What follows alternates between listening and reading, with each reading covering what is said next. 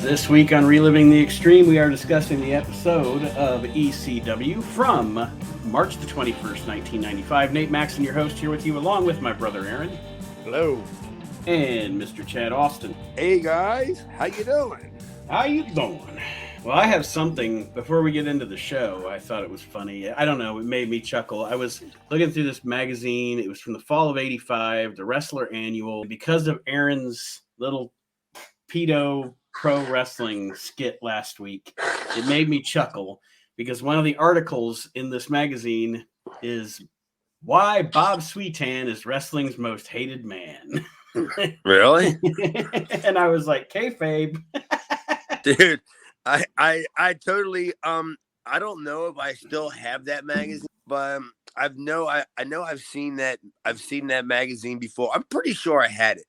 And before I had the flood, but I'm gonna have to. You said what was it? The Wrestler? It was the Wrestler Annual from fall of 1985. It's got how it feels to get beaten up by the Road Warriors. The lead article. No shit. Article. Probably 80's kids.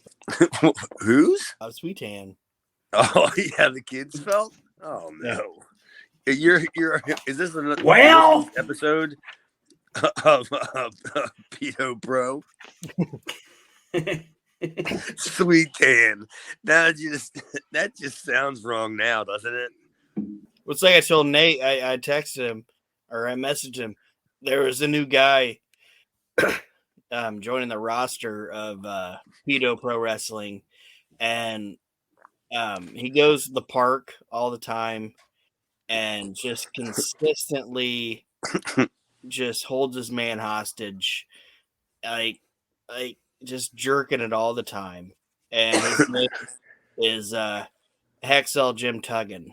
Oh, get out of here! That roster is starting to really get Royal Rumble ready. Yeah, you can't stand up to him, tough guy. Good Lord! Oh boy! But in this magazine, also in the official, he's an old boy. Well, why is Bob Sweetan the most hated wrestler? Do they really? No, it's just I think he had turned heel, like he had been a babyface and he turned heel in the Southwest area, I believe. Is that what did he turn heel on Embry? Because Embry would have been his protege in 80 in like at some point in 83, but I don't think that it carried over until 85 really, unless maybe Embry turned babyface. Yeah, you know what I mean? Mm-hmm. They continued it angle reverse. The pictures here in the article. Sweetan, after being deprived the opportunity to wrestle for the Southwest title, has taken his frustrations out on his opponents and the fans. Bruiser Bob uses the ropes for leverage as he stomps Sweet Brown Sugar. Oh, Skip! Oh shit! He had his hands full with Skip Young. Then now he knows his name is Skip Young. Good Lord, yeah. Aaron. Bob Sweetan never skipped a Young, and I kind of pitched that one to you at softball. Skip Young. Wow, Sweet Brown Sugar, 85.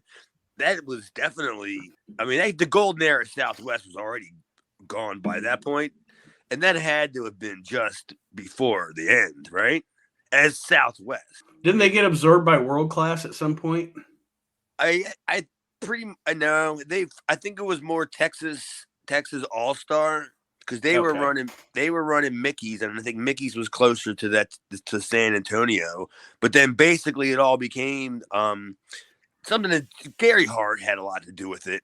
You know, you never knew who Gary Hart was working for, but eventually it all got tied into the Von Erichs. But yeah. You know, it was kind of like that whole period of Texas wrestling when it was basically dead. You know, from what 80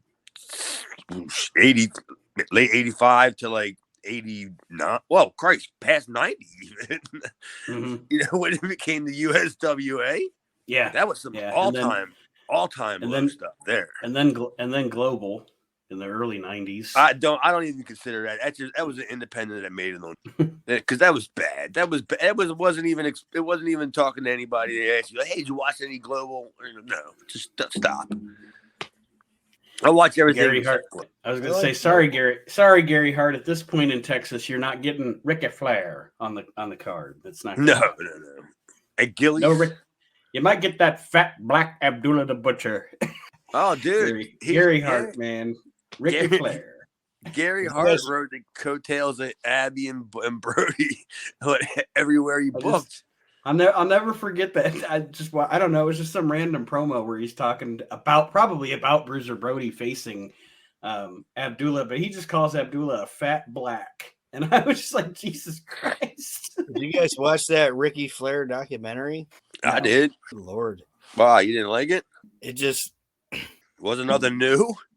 It wasn't nothing new, but it was like it made me feel like I felt bad for him with like the Reed stuff, but the other shit, I'm like, you're doing this to your shit to yourself, man. Oh, all right.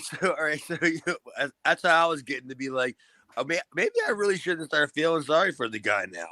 Yeah, after I watched it, it's like I don't feel bad for you anymore, Rick. It's like Jesus Christ.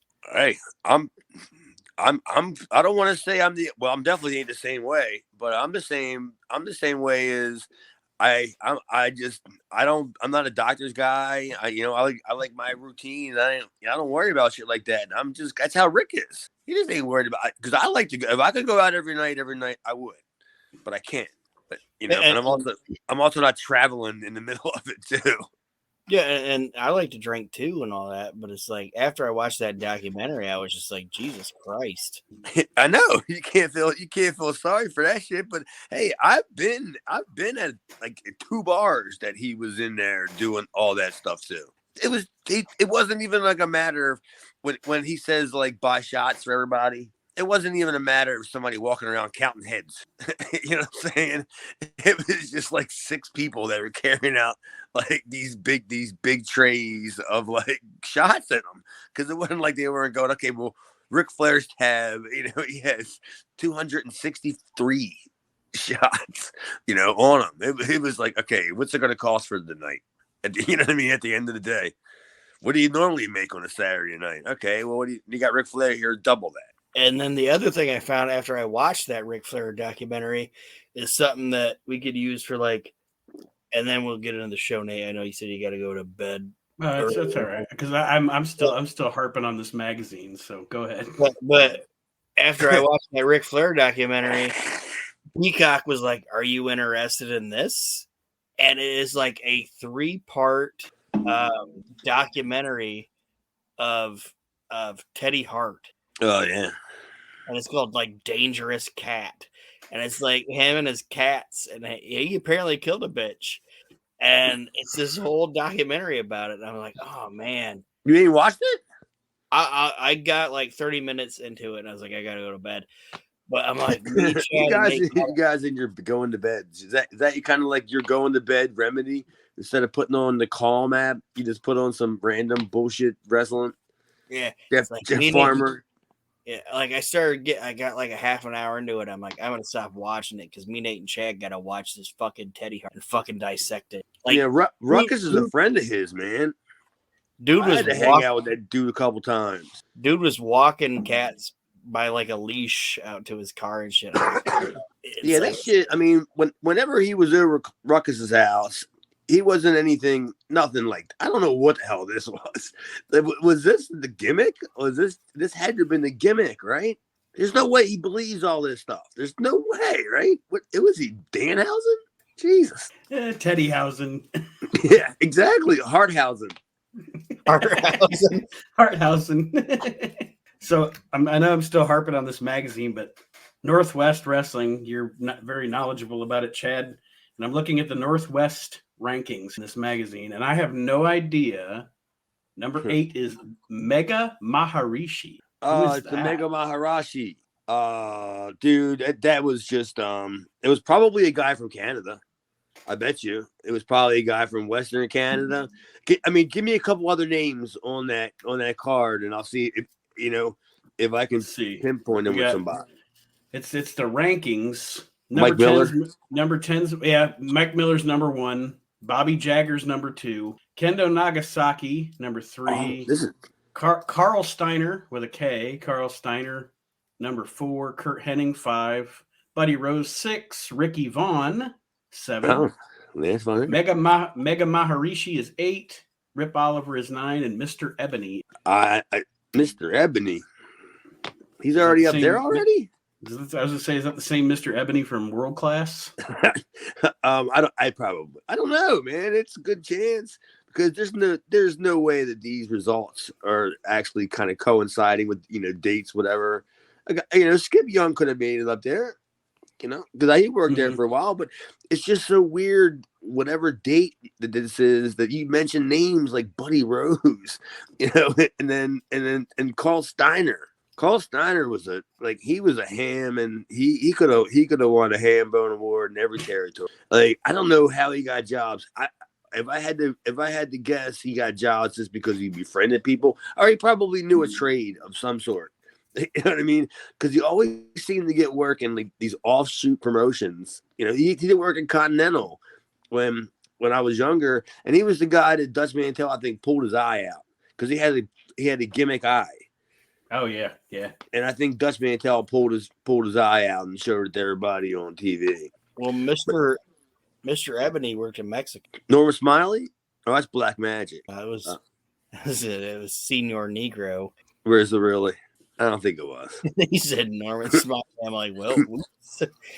Not gonna say that. But yeah, I was like, I recognize most of these people except Mega Maharishi was, because Ricky Vaughn is the Lance Von Erich. The unwanted Von Erich. Yeah. Yeah, we don't shit on Ricky Vaughn because they call him the unwanted Von Erich. He was also the unsolicited Von Erich.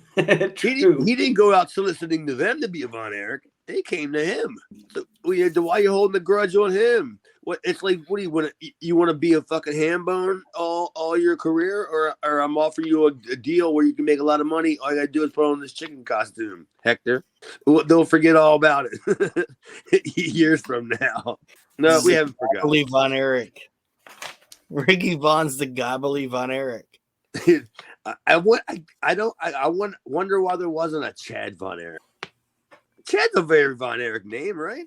Chad Von Erich, Aaron Von Erich. Aaron Von Erich? Yeah, I think I have a very Von Erich name, right, Chaz? Von Erich? Yeah, it's a super white boy name, she says. So I'd be big in the Pacific Northwest. Aaron Von Erich doesn't work. I don't own a gun. No. You haven't killed a bunch of people. Never killed a cat. I've never mixed pills with alcohol. Yeah, I have. But yeah. I have both my feet.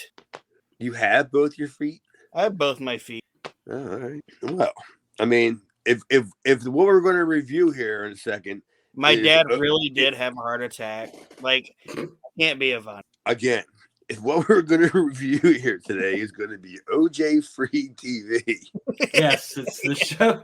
The episode of ECW, March 21st, 1995. It starts with a graphic of OJ Simpson, and it says, "This is OJ Free TV." So you get a snippet of time that we're talking about here. Yeah, where OJ was all over the news. When that verdict came in. I mean, I went to an inner city high school. They wheeled the TV on the cart into the classroom so we could watch the OJ verdict. They did the same thing to me, and they wheeled you into the cart. No, they wheeled the TV in on the cart. They brought a TV, and I'm 5 years younger than Nate, but I was sitting like 6th grade, and they fucking brought the TV in for the but they're as young as you guys were. I may have been wheeling it in a cart somewhere when that happened. Chad brought the TV in, and sure it was in my car. Watched it, and they were like, "Oh, OJ didn't do it," and everybody's like, "Yeah." Like, I don't remember where the verdict was, but I was in ECW in the locker room when the chase was going on. We watched that thing on like a 7-inch TV. It was the great. It was like, I can't believe what's going on here. Right? If they only had some form of like me documenting it, of like who's all gathered around a monitor watching OJ. Oh, Johnny! Look at the they weren't there. Johnny. They weren't there because their gimmick is a work. They're not the public enemy. They're not really stealing TVs. I don't think they are, right? Or they're not anymore anyway. Well, those days are over. After the intro, Joey Styles is at ringside, and he introduces Ron Simmons, who comes out healing on the crowd. Did we ever actually see on TV Ron turn heel? I know they showed tension between him and Too Cold after a tag match or something, but I don't think they ever actually showed him turn. He's just I a heel now. thought they kind of shit on him when he was with Scorpio. Like, not necessarily a heel turn. I don't think he was ever presented as a babyface, except for him against Shane. Right. Yeah. But I'm not even sure that was a babyface. That was just the guy who wanted to be the champion.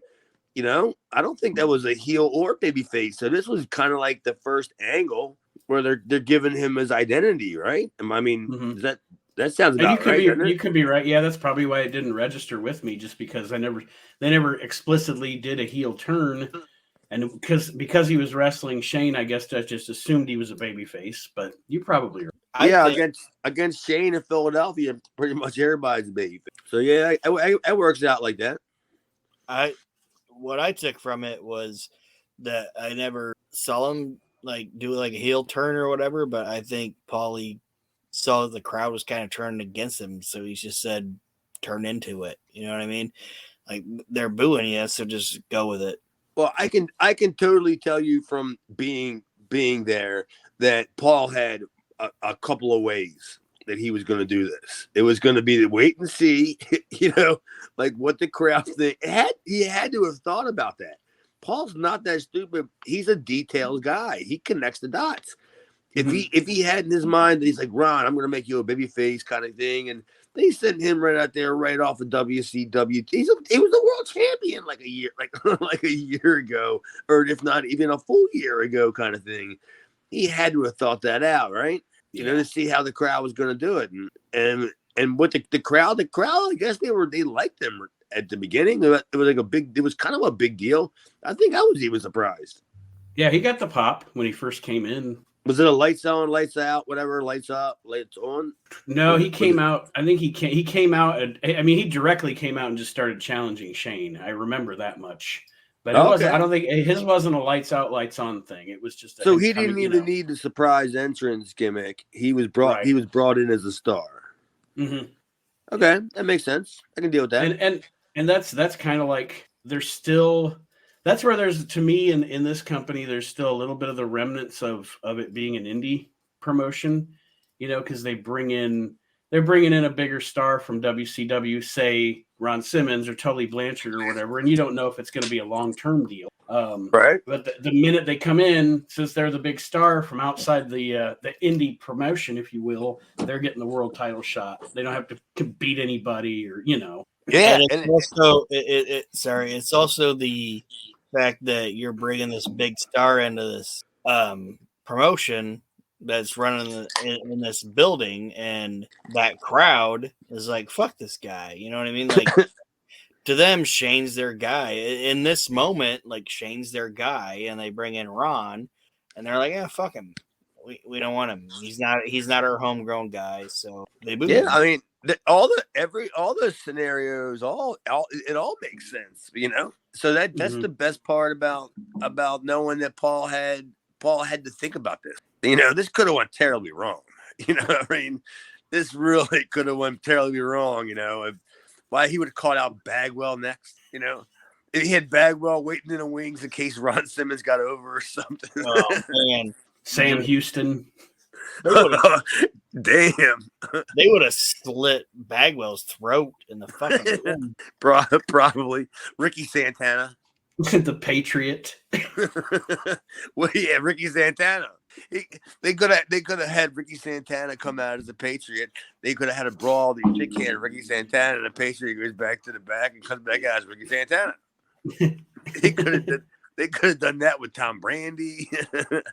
Yeah, they're like, we'll tolerate Ricky Santana, or we'll tolerate Tito Santana, but Ricky Santana, get the fuck out of here. Yeah.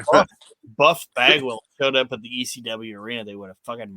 Plus, at this time, he was still American Males Bagwell. Yeah, but see, that's weird as shit, because all them people that you would have thought never have gotten the pop at the ECW arena had got the greatest pops ever. You know what I mean? It's I think Paul said it to us. If it wasn't Paul, it was Scotty. You could just pick what we used to call the gayest wrestler. In other words, it was just the worst character that's out there, and if he's over, he was on WWE TV for a year. He was over. You could have brought in Mantar at the ECW arena and turn the lights off and turn the lights on. It was Mantar. You would have got a pop. But Paul did it right. He only brought in guys that he thought the crowd would totally appreciate. He wasn't gonna use that card, like to that extent where he would just bring in guys like Jimmy Del. Well, Jimmy Del Rey did work there. What am I talking? But you know what I mean. Yeah, like Jimmy Del Rey is exactly the kind of guy that Paulie would think the crowd would appreciate. He's a great worker. He got put with the shaking image. After the Ron Simmons promo, and he pretty much tells Joey to get out of the ring and cuts a heel promo on the crowd. He has a match with Hack Myers, and Hack does his job in this match. He puts Simmons over well. He got offense, though, too. He got offense. Yes, he did. I actually have that. Hack gets some offense against Ron, and Ron sells a little for him. We do get the crowd chanting "piece of shit Simmons." I did pick that up. Yeah, I was gonna say, if you heard the chant, the actual chant was "piece of shit Ron Simmons, piece of shit." I bet you I can sit here and tell you exactly how Hack got as much offense in as he did in that match. I bet you I can tell you how that conversation. It was Hack wasn't stupid. He knew what the deal was. He was doing a job, Right. like we all did. And when he went to Ron, and Ron probably had no idea who this guy was, and he had he didn't have any guidance because he knew it was a TV or whether it was TV or it was the undercard of the arena show or whatever.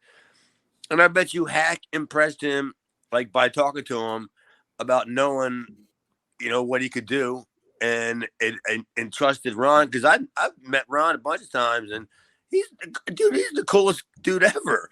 He's awesome. And like, he's a mean guy on the outside, but if he looks at you and he thinks you could do something, like Hack probably talked him into letting him get his spots in. And then at the end of the day, Ron's like, well, if I didn't make somebody, then I didn't beat anybody. So let Hack get his stuff in. And we don't think we were sitting in the back going, we're going to watch fucking Ron Simmons just beat the shit out of Hack Myers. Hey, Axel, come here. You got to see this. But no, he took care of him, and it was cool. That was cool to see, actually. Just even a basic squash match where Hack getting that offense was. Yeah. And like I said, Ron kind of gave him the "I'm shocked this guy's fighting back against me" face, and put him over. And that was my kind of my question. There was Hack, because I know you've talked about him a lot on the show, Chad. Was he one of those guys that was? Could he get something out of a guy like Ron Simmons because of? He knew how to be political and respectful when they're talking about, what I mean? Like, I don't know what I'm trying to say. Just, I don't think you do. Yeah, I don't. I just the star looking at him. Why is he the guy that Ron is willing to give as opposed to? Well, he probably, it could have been a couple of the reasons. It could have been Ron. It could have been Ron looking for somebody. Okay, I want to beat somebody presentable. I'm not going to go out there and give Paul Laurier or Chad Austin any offense. So, give me somebody presentable. And it could have been Paul could have recommended Hack to begin with, and then going over it, just talking to the guy. You can talk to one of the boys and realize, if the guy's smart and knows what the fuck he's doing. Kind of thing, and who knows? Hack may have met Ron, doing squashes. Mm-hmm. He did a couple of them way before he was Hack Meyer, kind of thing. And I kind of got what Nate was asking. It was kind of like with Ron allowing Hack to get a little offense on him. Was it possibly like Hack going up to Ron or Ron going up to Hack and Ron going, "Hey, what do you want to do?" And Hack being like, "Whatever you want to do, man. You're the veteran, so whatever you want to do, I'll fucking do it." The only thing that Hack did that I know that he called, and I even wrote it down, was when Hack was doing the jabs. That's his spot. That's the Shaw spot. Shaw. Yeah. So that was probably the only thing he was like, all right, you can squash me. But if you squash me, at least let me get the shot spot in because the crowd's going to remember that. You know what I mean? They're at least going to know that I got my shit in. So you can do whatever they want after that. So yeah, that pretty much answers the question on that whole entire thing. You can go over, but I need to get over. Exactly. Yeah. Like, I got to stay here. Yeah, that's right, and that's another reason because Ron's dates are limited, so Hack's gonna be there every week. It's like my house is in that parking lot. You're gonna fucking leave, man. I gotta that's right. Well, Simmons does win the match with the Seminole Slam, and then Ron Simmons calls out 911 to the ring, and he kind of manhandles 911 to begin with, but does wind up eating a choke slam. That second choke slam he took, he sold great. Yeah, I thought I love this because it had Ron Simmons' future like written all over it, because he got to show that 911 is vulnerable. He could be hurt, which I thought I didn't think the offense was all that great except for the slam kind of thing and whatever. But I mean, it didn't help that they did it.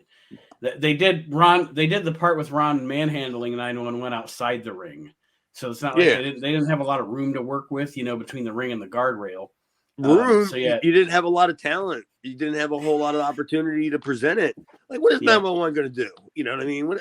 Ron will throw you if you want to get thrown. I don't think 911 wanted to get thrown. So yeah, you're right. It was just whatever.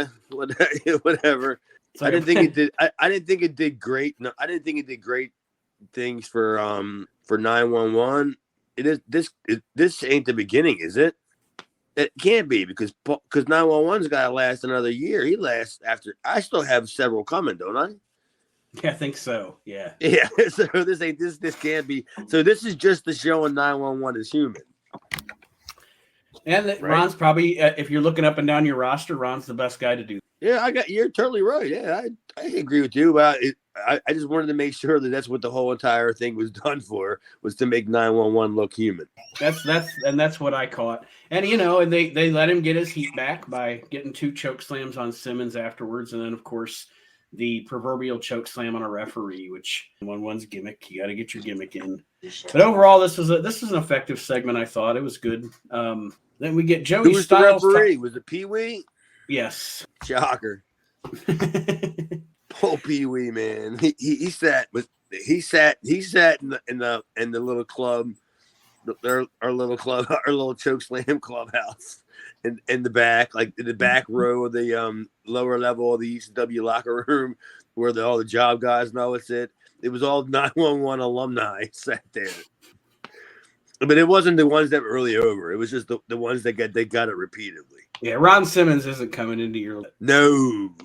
And in the room that Ron Simmons was in was the worst constructed room. Like it was like really like when they were in the APA. That's where they had to have gotten that from this. When they were in the APA and you only had the door. Yeah. That's exactly how the locker room was. The room that Paul paid money in. It was it. You could easily walk around, but nobody did. And I think that was a respect thing in the wrestling business. It's like the makeshift toll booth on Blazing Saddles. Yeah. Somebody's got to go back and get a shitload of dimes. I think that Paul tried to make it like a respect thing. Yeah. Like you don't just barge into the office when we're doing business, but we have windows. Or no, we don't. We don't even have any walls. You just have a door. I can walk around from any side and see that you're just sitting there with somebody else at a table, handing them money. So, do I get my money now, or do I got to stand in line in this door frame? That's exactly how it was, and I'll argue with anybody who remembers it any differently. After this segment, we get Joey running down the card coming up on April the 8th, which, like Aaron noted, is on Peacock. So we will either do that as a podcast or as a bonus episode. We'll figure that out later. That was pretty good. Joey did a good job of that. Yes. You're going to see the Rottens in a hair versus hair match at the upcoming show. What a Shane ripoff Douglas. that is. Shane Douglas against the Sandman. I mean, look at it. Look at Axel with his dumb little mohawk or whatever, his little bouffant hawk, and then you got Ian with his Bouffant hawk. You got Ian with his little Dory Funk thing. It's a little more than lemon, but yeah. Who's losing? They both could benefit from this. I was about to say the loser has to keep his hair. Yeah, that's more of a rib than starting over. Yeah, the loser has to grow a beard match. Well, Axel ain't doing that. Well, The only thing Axel's growing now is vegetables. Tomatoes, peppers, Peaches. But another reason I showed you guys that fucking these two shows coming up or on the network is because I got ahead of myself and looked at some of the other episodes, and it's those shows. That's the only reason. Yeah, I was looking at that too. We're probably going to be skipping some weekly episodes of the show by doing the big show, which is fine. Whatever. We're getting A to Z, no matter how we get there. Style City Showdown or whatever. But anyway, I don't know what are you saying? We're not going to watch the weekly bad TV. We're going to jump right to the live premium bad TV. Yes, sir. Oh, do we vote on this, or is that a good idea? Or have you seen the TV? But what Aaron's saying is like example, this show that's on April the 8th, the three-way dance show. After that show's over, there's like 2 weeks of the ECW weekly TV that is just those matches from that show. I mean, we could like zip through them and see if there's any extra. Oh no, never mind. No need, Nate. Because now basically what you're saying is it's the way it's been. It's just going to be recap TV. Yes. All right, that's pretty fine. much. I just needed you to break it down like that to where if we're going to be doing the same thing after every big show, that's cool. I'm cool with that. All you got to do is tell me what they are and then when we're going to do them. Also coming up on April the 8th, Shane Douglas defends against the Sandman, the three-way tag team match for the tag team titles, and Cactus Jack versus Terry Funk. And then we get a fantastic, I know I say it every week because you're not going to get a bad one, promo from Terry Funk. I just have to say, line of the promo, Cactus Jack, your flatulating family. Your fat farting family. Your flatulating family. I love it. I mean, the whole thing's great, and I'm gonna kill you. No, first I'm gonna kill you. No, first I'm gonna torture you. Then I'm gonna castrate you. Then I'm gonna kill you. Then I'm gonna. It's what a fucking. He was gonna drag him around behind a '55 Buick, and he said, Mick Foley, if my face looked like you, I'd have it circumcised. I'd have it circumcised. Like, I love all incarnations of Terry Funk, but I love crazy ass. And this promo was fucking Memphis Terry Funk pouring like motor oil on his head. You know what I mean? Like this. But that was Florida. Right, sorry, I misspoke. But this was crazy ass heel Terry Funk. Oh, dude, it was unbelievable. I mean, not unbelievable. It was Funkbelievable because I really just made it up. So I don't. We can sleep on it, Jess. Come on, Cactus Jess, sleep on it and wake up and go. Funkbelievable was actually pretty cool. It's Funkbelievable. Oh, yeah. See, do you hear that? Do you hear what Cactus Jess said? I got friends that encourage me. That's my problem. It's Funkbelievable. Oh, yeah. Ooh, see, that's why this show is so widely listened to. All over the tri-state area. Yeah. Our biggest problem is we went past Chicago. We tried to go national. If we would have just stayed this side, we could have been something, Johnny. Yeah, but the Foley promo was really good. It was really good, and that was definitely one of them promos that that Mick would have cut probably 2-3 of them in the dressing room, that night. Or maybe he was just tired and that was just the one, because I told you stories about how he would sit there for an hour and just talk, and it wasn't a promo. You wouldn't think it's a promo. You would think he was just talking to you, but the camera was on him. But yeah, them promos were exceptional. Funk was good. Oh my goodness, Foley was good. Yeah, it was a good build up, and anybody who's already currently watching the product is not going to be disappointed, or not going to expect anything less than this.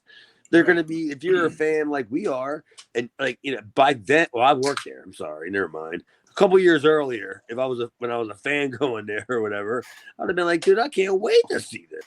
This is like bucket list stuff. Yeah, and you talk about it's the talk them into the building.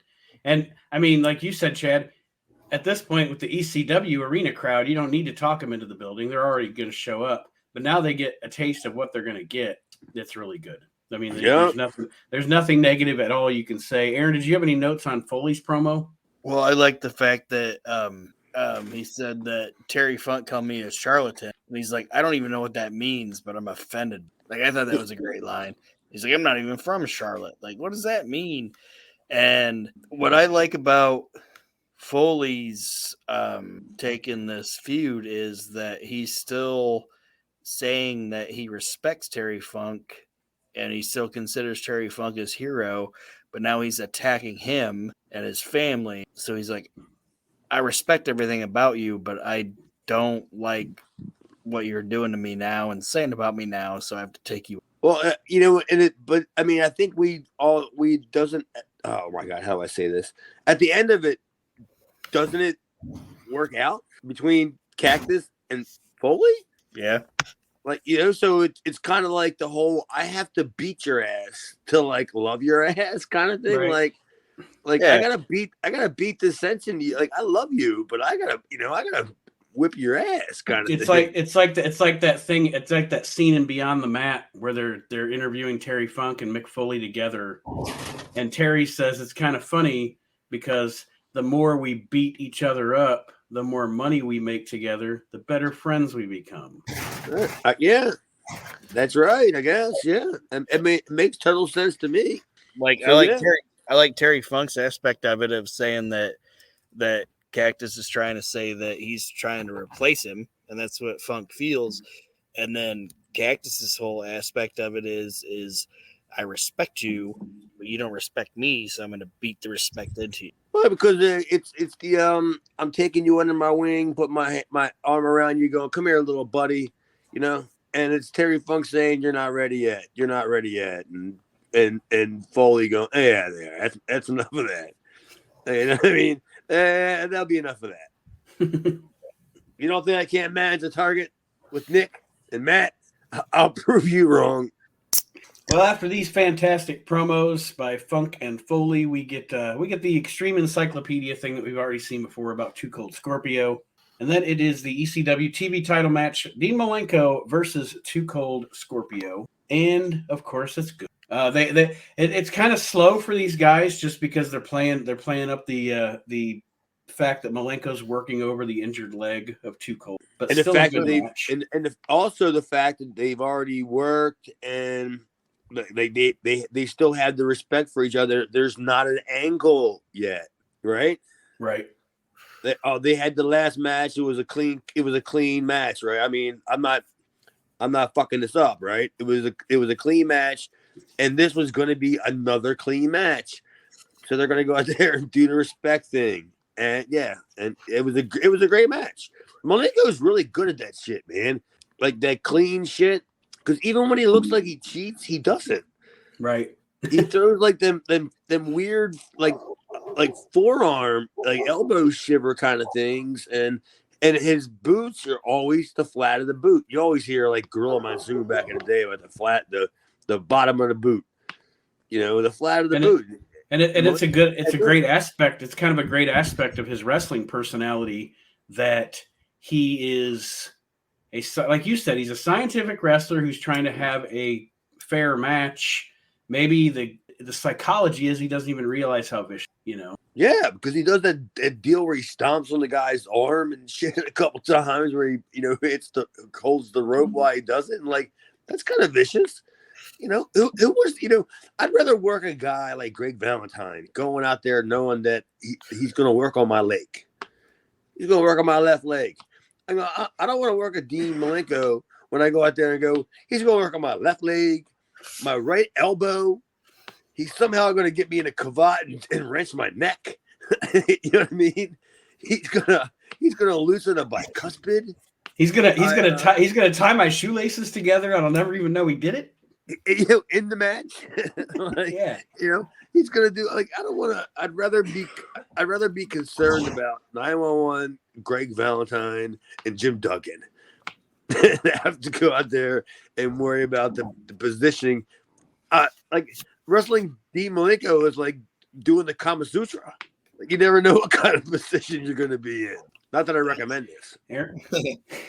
But no, like what you were saying, Nate, like with Dean and Scorpio having these matches, it's like they're not just telling a story in the one match. They're telling us they knew they were going to have multiple matches. So they're like telling a story through them. Like what Chad was saying, that like through the course of their matches, Malenko starts gaining respect for Scorpio and is trying to be more like at first probably didn't take him serious, and in this match he's taking him a little more serious, and like he's building a professional respect for the guy. Does that make sense? But he also in the course of the match sees a vulnerability in Scorpio with the leg and does not have any problem taking advantage of it. So there's that vicious. Yeah, there's that vicious side we're talking about. No, it's not. It's the pro wrestling side of it. I mean, are you there to make money or are you there to make friends? Why? What am I going to do? Am I going to Bruno you every time you get caught? You get hurt. I'm going to hold the ropes over for you. And I mean, that's the definition of insanity. It's Bruno and Larry Zbyszko. You're going to keep holding the ropes over for him. And expect a different outcome. But no, he's going to fucking jump you. Good job, Spudhead. Get out of here, jabroni. Holy mackerel. Yeah, but the Scorp thing, I don't know. I'm just a big fan of Scorpio and Malenko's work, like all together. Just, I go watch them. I just like how they do like transitions. Like, how sometimes Malenko just kind of ends up with the leg. You know what I mean? Scorpio's doing this like big spot or something, and then all of a sudden they roll over and flip around, and then there's Malenko. He's got them all wrapped up in the cloverleaf or some shit. Like, how the fuck did you book that? How did I get here? Yeah, that's cool as shit to me, man. I even think Cactus Jess liked it. It's a like when you think about guys that have like a clash of styles or whatever, but their styles meshed with. It's actually, in my opinion, Aaron, I don't think it is a clash of styles. Malenko's a fucking catcher. Scorpio is a diver. That's and the other problem is that Scorpio was so good at the basics that he can just switch it up and just go, okay, I can work your style. If you want me to run the ropes and you're going to tie me all up. But the problem is Scorpio's a big dude, man. Yeah. Malenko is not doing the shit to him that he'd be doing to me. Well, that's what I was trying to say was like usually not usually, but sometimes you get like two dudes that have different styles and it doesn't mesh. But these guys' styles worked. It was great, man. It's always great. Completely different. Like it's like these two dudes were like peas and carrots, like they were made to fucking work together. I'm not sure where Scorpio was with his, life at this point, but you could have easily have done the Malenko Scorpio classic. In my opinion, I think so. Easily, you could have easily have done that. Scorpio is a perfect guy. Benoit, you know what I mean? Austin. Well, wait, maybe Steve. I was a little biased to myself though. Me and Malenko 3 times. It's all one match though. He just submits me, and the referee counts to 9, and that's our trilogy. What a trilogy! One and done. Yeah, that's all me. Go ahead. Where we at? Taz out yet? Yes, that's what I was going to say. It looks like Dean Malenko is going to win this match, but Taz shows up in street clothes And dressed like an R&B 90s singer. Yeah, I was gonna say he's dressed up like Mint Condition. Boys to Men. Mint Condition.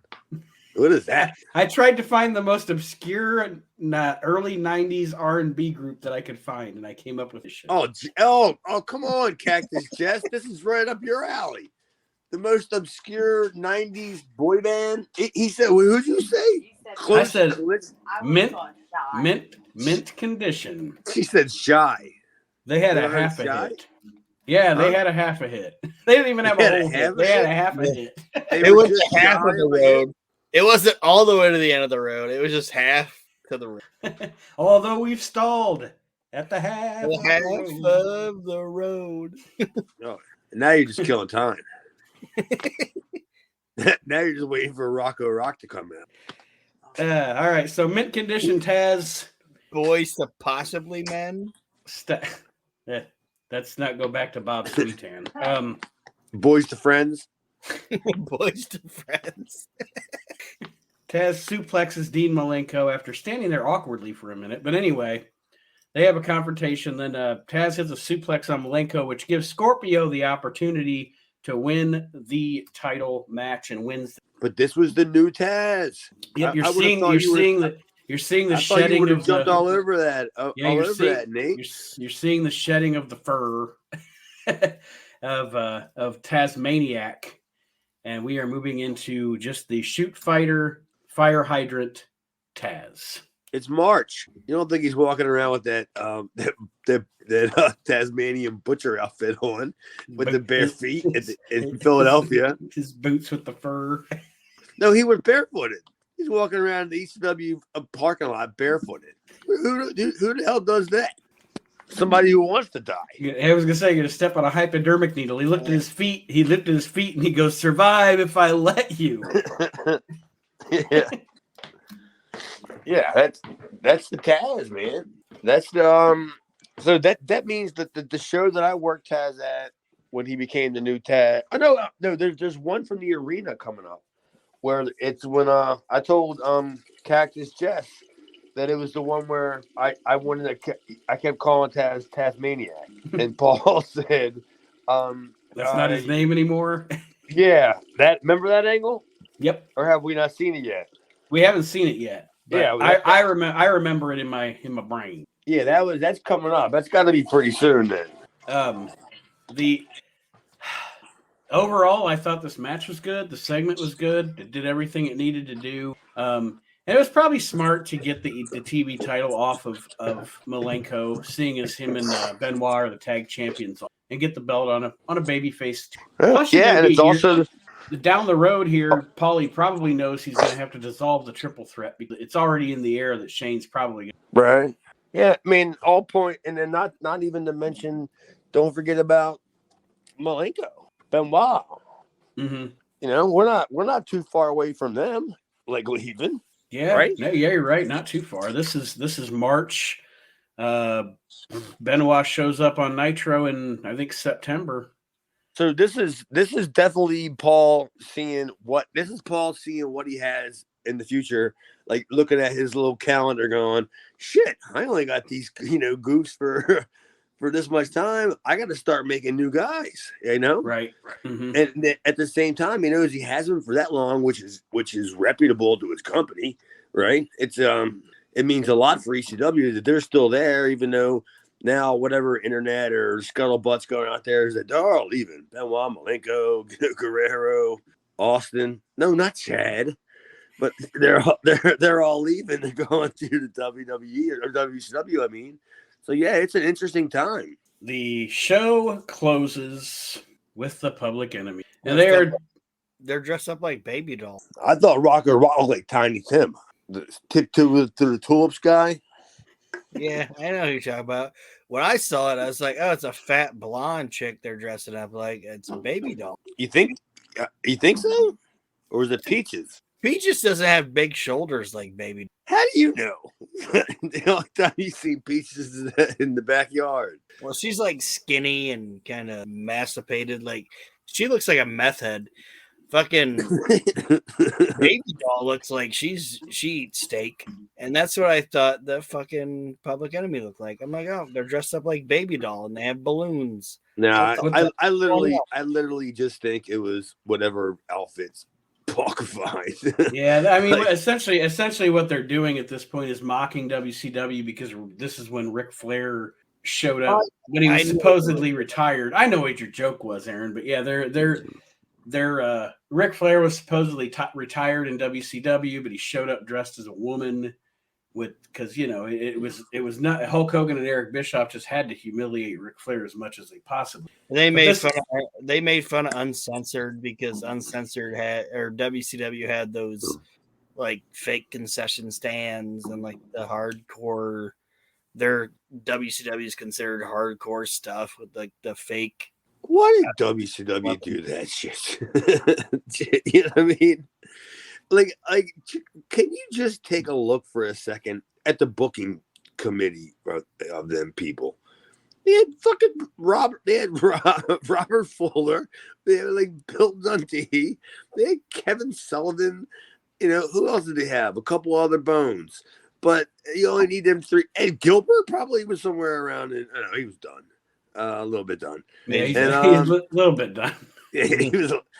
He's well done. Yep, and he's not even like that tag team. He's well done. Like the problem at WCW at this time was that they were essentially Kevin Sullivan was the leader of the booking committee, and everything he was doing was essentially just to keep Hulk Hogan happy. So they had turned WCW essentially into whatever Hogan wanted it to be, and it was terrible.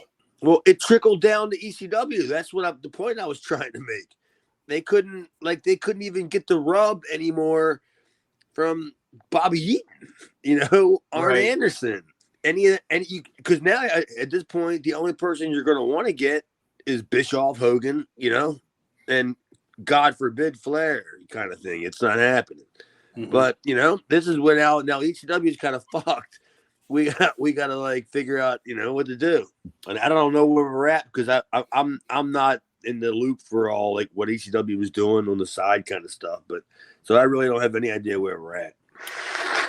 Coming up, the Public Enemy is cutting this silly promo. They beat each other with bags of chips, like Aaron said, to kind of make mockery of WCW having their concession stand deal, and then they get serious and cut a promo on the triple threat tag team match with Benoit Malenko and Taz and Sabu coming up. So that's how we end the show with the Public Enemy.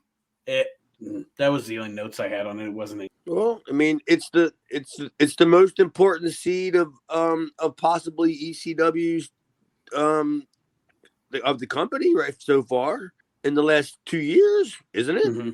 Yeah, I mean it's like I say all the time, they are the featured act of ECW. No matter who's the champion, no matter who's, who else is around, whether it's Douglas, Sabu, whatever, they're the guys.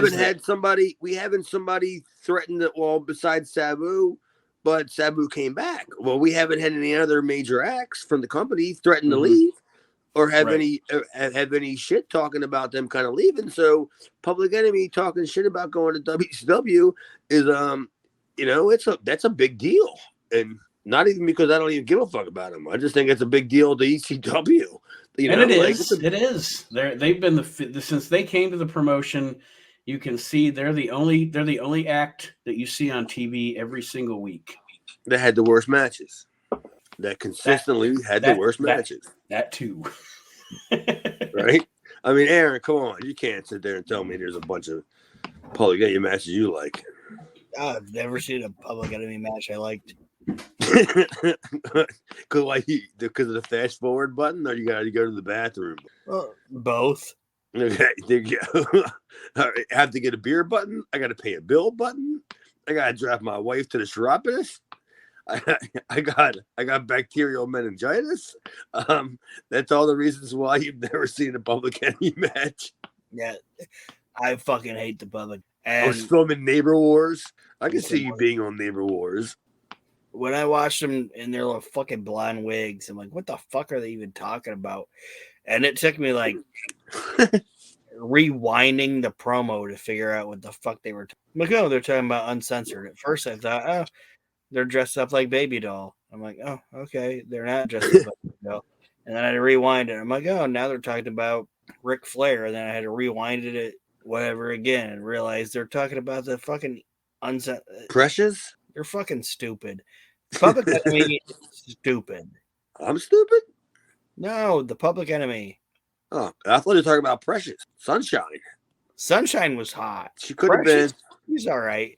Precious was like Precious understood the wrestling business. Sunshine was Precious. No. Precious. Yeah, Sunshine. Dude, I bet you there's a couple of good pictures out there. Oh yeah. Because like she was hard to photograph, much like Nancy was. Nancy had bad skin, so she photographed at angles because she used to have acne. And Sunshine, I've never seen a bad picture of her. And there's a lot of pictures of her where I don't think she's even wearing makeup. And I look at her. Sunshine looks like a chick that could beat your dick into the dirt. Like she looks fucking hot.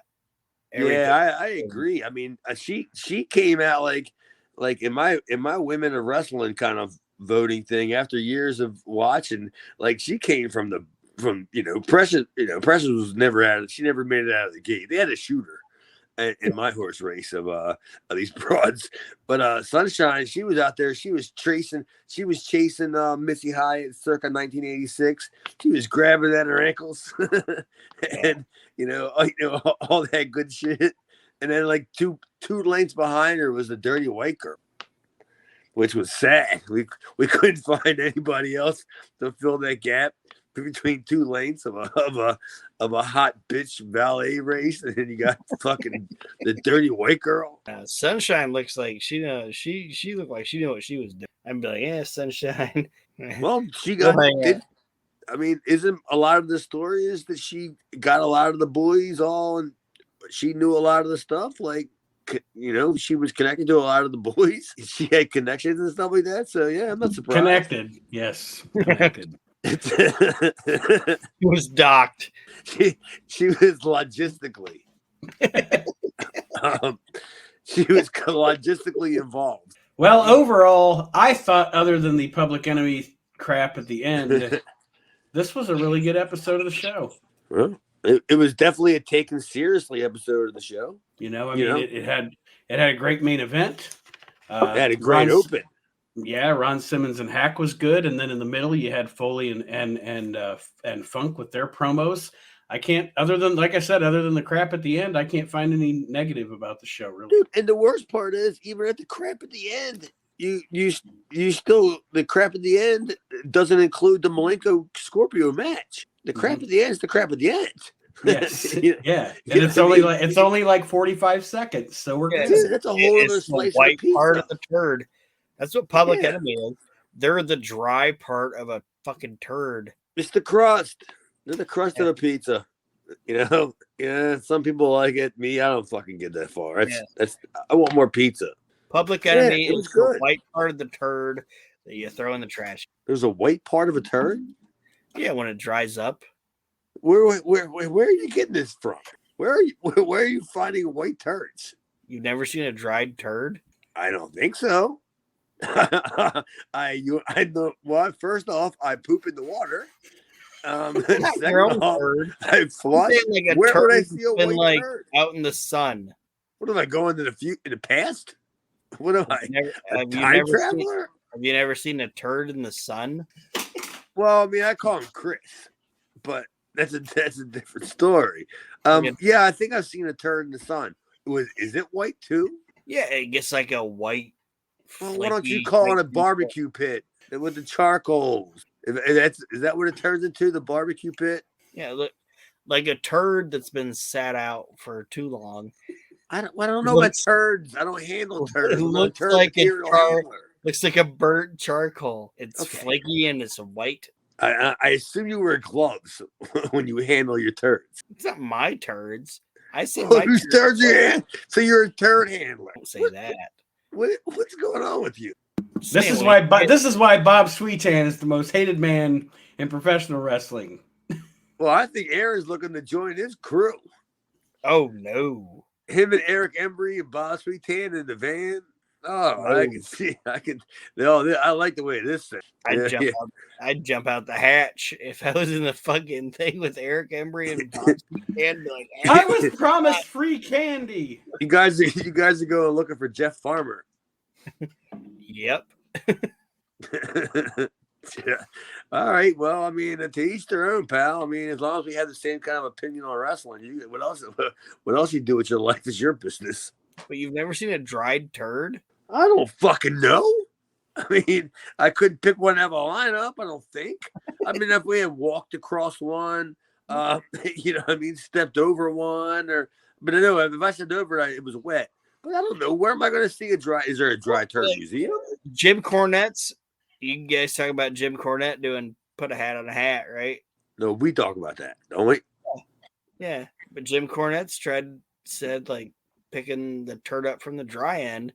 That's what he's saying. Like fucking white and flaky. Dude, he's not at all. What the fuck are you talking about?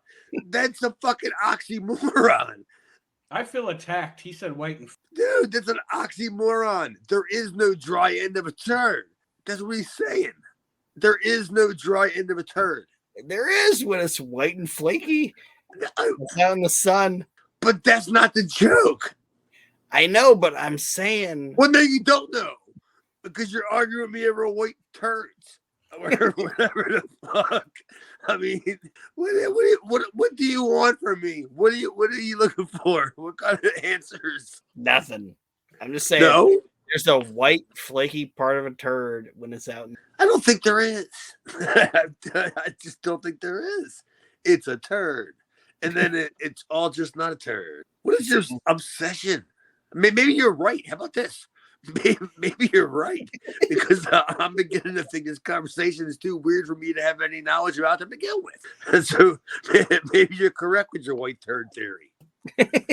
One turd makes you larger. One turd makes you smaller. Yeah. It is time to end this show, ladies and gentlemen. I want to thank you for joining us on Reliving the Extreme, the turd debacle. White turd. Chad, any parting words for our listeners other than something about can we make the name of the show the Turd Debacle? Nothing. I got nothing else to say. At least a half of you two goofs. You can take your turds and shove it. Aaron? Turds turn white when they're in the sun. And that, as they say, is that for another edition of Reliving the Extreme. We hope you have a great week, everybody, and we'll see you next week for more of the show. As we continue Reliving the Extreme, next week will be March 28th, 1995, and we will see you then. Great show, guys.